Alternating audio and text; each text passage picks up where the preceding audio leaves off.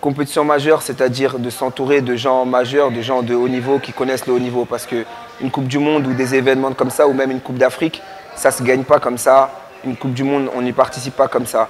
Et je pense qu'il faut des gens à la hauteur. Je regarde par exemple les autres nations de basket sont entourées de fédéraux qui connaissent le haut niveau, qui savent ce que c'est que le haut niveau, et des anciens joueurs, des choses comme ça, qui comprennent à la fois les joueurs et qui comprennent aussi à la fois l'État et le pays. Et là, je pense qu'on s'est trompé d'objectif et ce n'est pas en dehors du terrain qu'on brille, c'est sur le terrain. Mais pour briller sur le terrain, il faut que les joueurs soient dans les meilleures conditions possibles pour s'épanouir. Et je pense, le basket, c'est un sport de confiance. Donc si tout le monde s'épanouit en dehors du terrain, on va s'épanouir sur le terrain.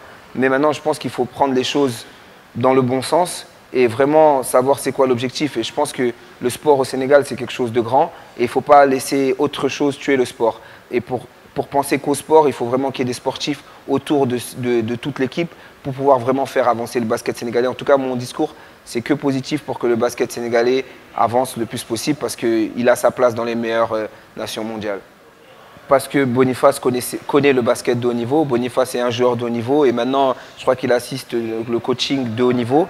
Et il a établi un plan de route, un plan de préparation qui était nickel, ni de top niveau. C'est pour ça qu'on a pu rivaliser avec les meilleures équipes nationales. On n'avait pas forcément la meilleure équipe que le Sénégal ait connue, mais on avait autour de nous du professionnalisme.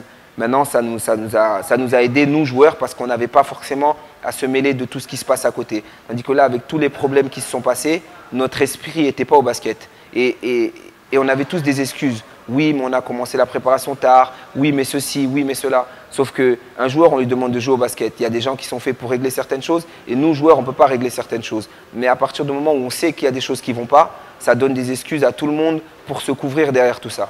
Alors que ce n'est pas comme ça qu'on doit commencer. Chacun son métier, chacun son job, que ce soit du docteur à faire les choses, que ce soit du kiné, que ce soit de l'intendant, que ce soit du président. Chacun joue sa partition pour que l'équipe aille au mieux. Et ce n'est pas à tout le monde de se mêler du métier de chacun ou du boulot de chacun qu'on va y arriver parce que comme ça, on n'y arrivera pas. Mais pour que ça marche bien, il faut que chacun fasse bien son métier pour que l'équipe se tourne bien. Et là, je pense qu'il y a eu des couacs à des moments.